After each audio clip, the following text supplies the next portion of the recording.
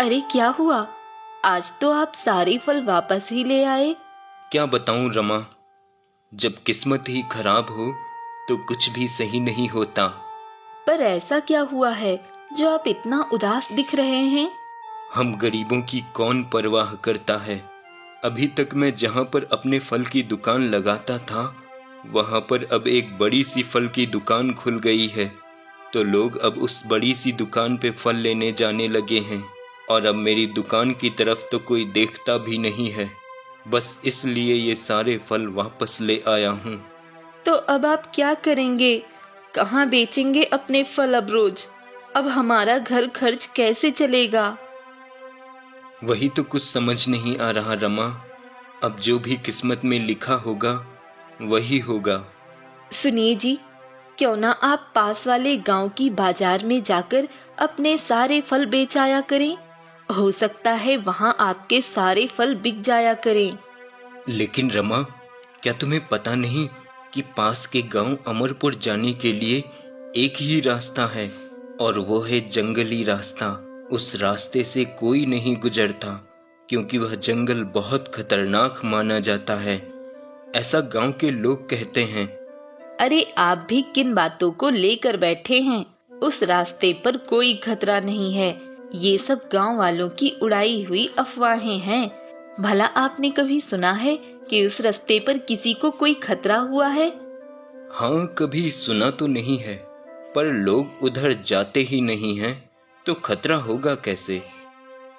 आप इन सब बातों को छोड़िए और आप अपने घर के बारे में सोचिए। अगर आप ऐसे ही डरकर घर पे बैठे रहे तो हम भूखे ही मर जाएंगे। बिरजू अब रमा की बात सुनकर कुछ सोचता है और वह दूसरे गांव फल बेचने जाने को तैयार हो जाता है और वह अगले दिन सुबह दूसरे गांव जाने के लिए निकल पड़ता है।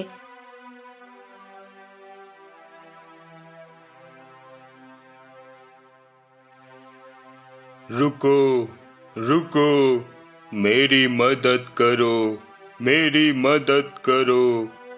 अरे बाप रे, ये किसकी आवाज है? लगता है सच में ये रास्ता बहुत ही खतरनाक है। लेकिन रमा मेरी बात नहीं मानी और मुझे यहाँ भेज दिया। अब क्या करूं? जल्दी जल्दी से यहाँ से निकल लेता हूँ। बिरजू जल्दी जल्दी वहां से निकल जाता है और वह पास के गांव की बाजार में अपने फल बेचने लगता है।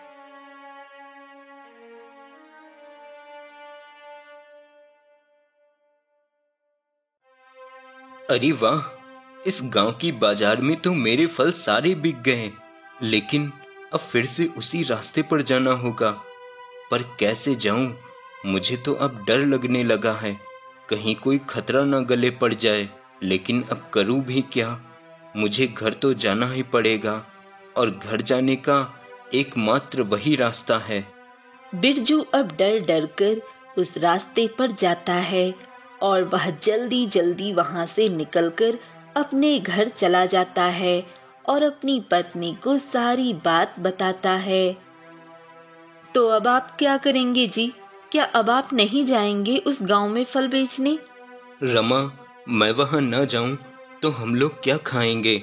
भूखे मरने से तो अच्छा ही है कि कोई भूत ही मार डाले हमें। लेकिन आपने कहा कि आपको सिर्फ जाते हुए किसी की आवाज सुनाई दी और आते हुए किसी की भी आवाज नहीं सुनाई दी। तो हो सकता है कि वो आपका वहम हो या फिर कोई दूसरा इंसान भी वहां मौजूद हो जिसे सच में मदद की जरूरत हो और आप उसे बिना देखे ही डरकर भाग के वहां से निकल गए हो। हाँ रमा, ऐसा हो तो सकता है। तो ठीक है, मैं सुबह फल बेचने जाऊंगा उस गांव में। रुको रुको, मेरी मदद करो, मेरी मदद करो। क्या तुम मुझे सुन पा रहे हो? ये क्या? ये तो वही आवाज है जो कल सुनाई दे रही थी और आज भी सुनाई दे रही है।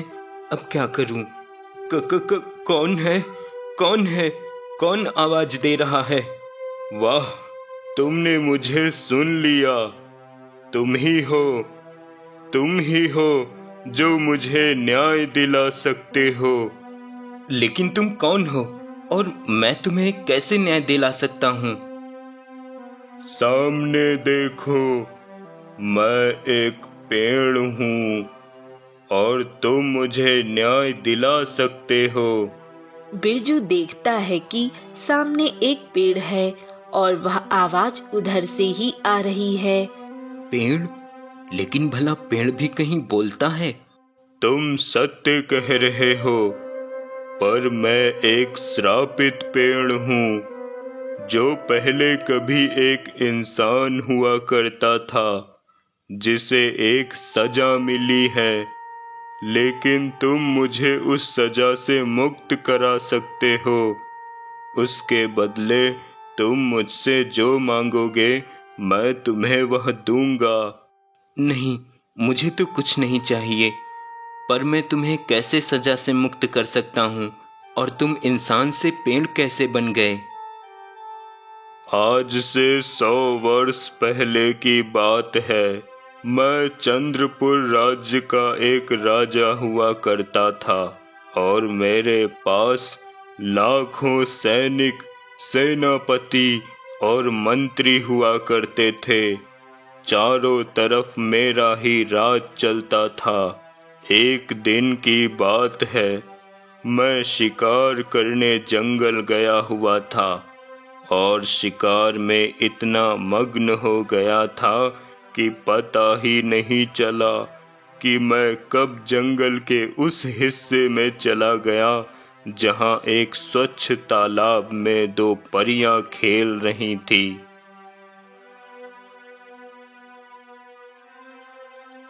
ये क्या? ये तो परियां हैं। इसका मतलब परियां सच में होती हैं। अब हमें चलना चाहिए, वरना कल हमें रानी परी यहाँ आने की अनुमति भी नहीं देंगी। हाँ, तुम सही कह रही हो। अब हमें यहाँ से अपनी दुनिया परी लोक वापस चलना चाहिए और हम कल फिर यहाँ आकर धरती पे खूब खेलेंगे। अब वह परियां तालाब से निकलकर अपनी छड़ी लेकर आसमान में उड़ जाती हैं। तो ये बात है। परियां यहाँ धरती पर घूमने आती हैं और यहाँ का लुत्फ उठाती हैं। और इन परियों के पास वो जादुई छड़ी है जिससे वो जादू करती हैं। अगर वो जादुई छड़ी मुझे मिल जाए तो मैं इस दुनिया का सबसे शक्तिशाली इंसान बन जाऊंगा। यह सोचकर राजा वहां से अपने राजमहल चला जाता है और वह रात भर उन परियों के बारे में ही सोचता रहता है।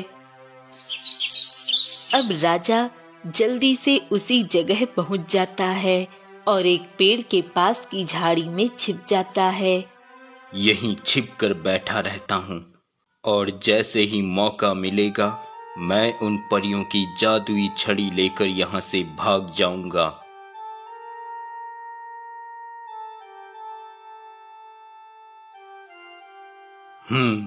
यही मौका है वो जादुई छड़ी चुराने का।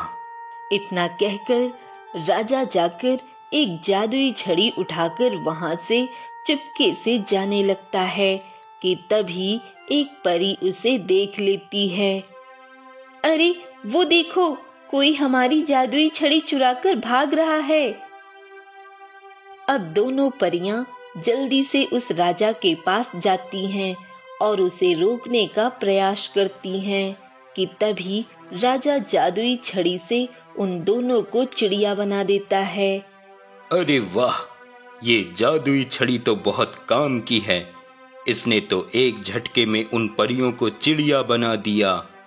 राजा ये कह ही रहा होता है कि तभी वह जादुई छड़ी राजा के हाथ से छूटकर हवा में लहराने लगती है और उस जादुई छड़ी से आवाज आती है, ए मूर्ख इंसान, ये तूने क्या किया?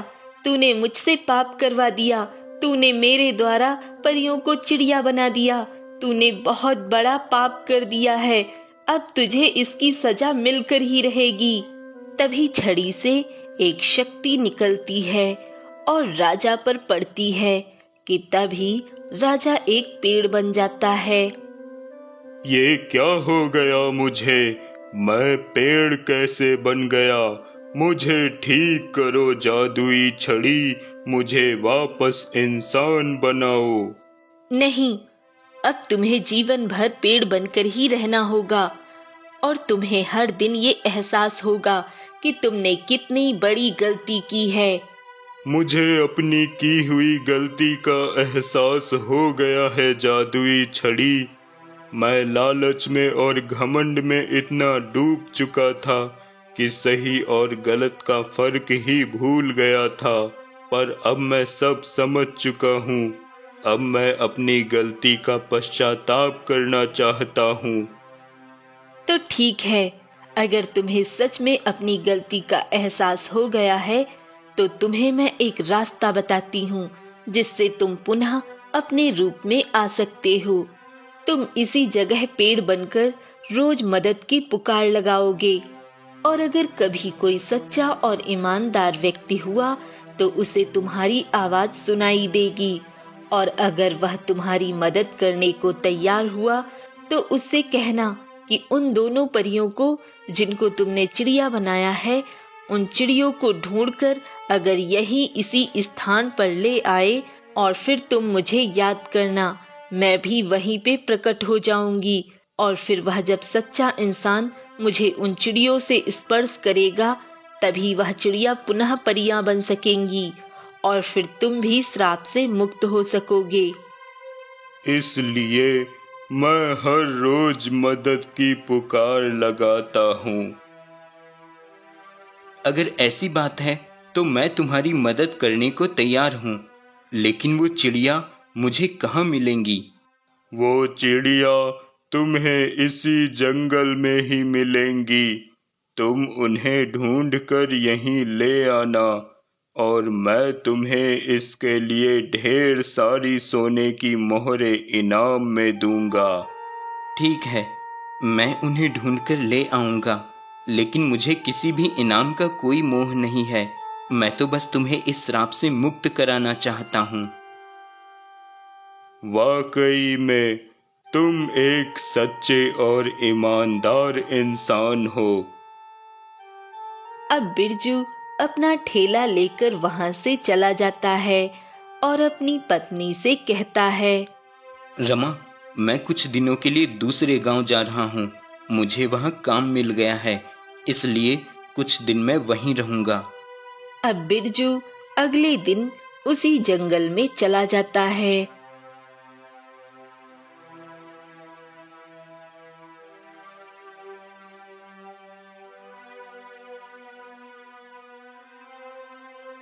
पता नहीं कहाँ होंगी वह दोनों चिड़िया।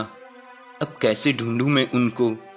बिरजू सुबह से शाम तक जंगल में इधर उधर भटकता रहता है, लेकिन उसे वह चिड़िया नहीं मिलती।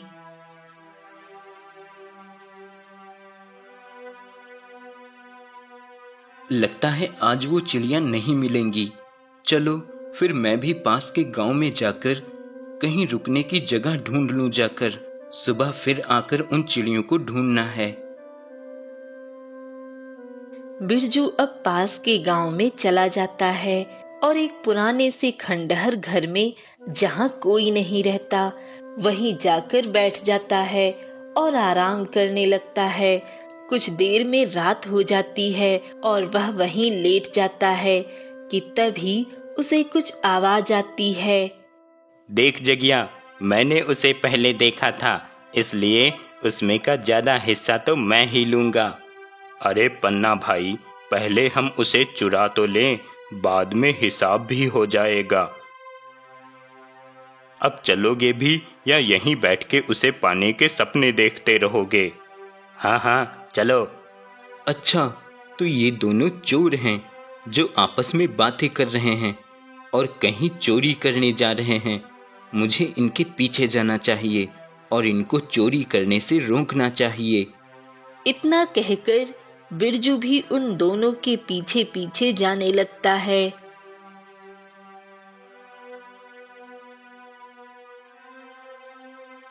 पन्ना भाई, वो देखो, वहाँ पर दोनों अद्भुत चिड़िया पिंजरे में कैद हैं, जो हर दिन अपना रंग बदलती हैं, जो कभी नीली, कभी लाल तो कभी पीली हो जाती हैं। हाँ जगिया, मैंने भी जिस दिन उस शिकारी के पास ये दोनों चिड़िया देखी थी, उसी दिन से मैं भी सोच रहा था कि ये मेरे हाथ लग जाएं तो मैं इन्हें बहुत अच्छे दामों में बेचकर बहुत पैसे कमाऊंगा। और देखो, वो दिन भी आज आ गया। तो अब देर किस बात की, चलो जल्दी से उन दोनों चिड़ियों को चुराकर यहाँ से 9 2 11 हो जाते हैं।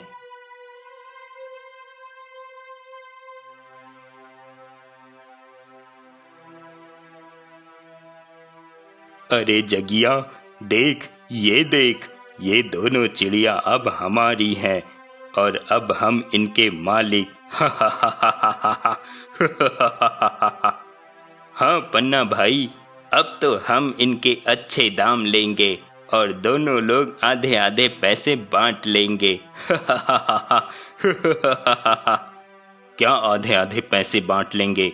नहीं नहीं, मैं ज्यादा लूंगा, क्योंकि सारा किया धरा मेरा ही है। और पैसे आधे आधे? नहीं नहीं। अब वह दोनों आपस में ही बहस करने लगते हैं कि तभी वहां बिरजू आकर चुपके से उन चिड़ियों को उठाकर वहां से निकल जाता है और किसी दूसरे स्थान पे जाकर सुबह होने का इंतजार करने लगता है। और सुबह होते ही वह उन चिड़ियों को लेकर उसी पेड़ के पास चला जाता है। मुझे पता था कि तुम जरूर ये कार्य पूरा करोगे। अब मुझे उस जादुई छड़ी को बुलाना होगा। ए जादुई छड़ी, प्रकट हो जादुई छड़ी। पेड़ के इतना कहते ही जादुई छड़ी प्रकट हो जाती है और बिरजू उस जादुई छड़ी को उन चिड़ियों पे स्पर्श कराता है कि तभी वह दोनों चिड़िया पुनः अपने परी रूप में परिवर्तित हो जाती हैं और तुरंत ही पेड़ भी अपने वास्तविक रूप में आ जाता है। परियों, मुझे क्षमा कर देना, मैं अहंकार में था, लेकिन अब मैं समझ चुका हूँ जीवन का मूल क्या है। अब वह परियां राजा को माफ कर देती हैं और अपनी जादुई छड़ियां लेकर अपने परी लोक वापस चली जाती हैं। तुमने मुझे जीवन दान दिया है, इसलिए ये कुछ सोने की मोहरें हैं जो मेरे पास ही थी। अब से ये तुम्हारी हैं और इन्हें लेने से इनकार मत करना, क्योंकि ये तुम्हारा इनाम है और इनाम कभी इनकार नहीं किया जाता। अब बिरजू वह सोने की मोहरें ले लेता है और अपने घर चला जाता है और अपनी पत्नी को सारी बात बता देता है और अब वह दोनों एक खुशहाल जीवन व्यतीत करने लगते हैं।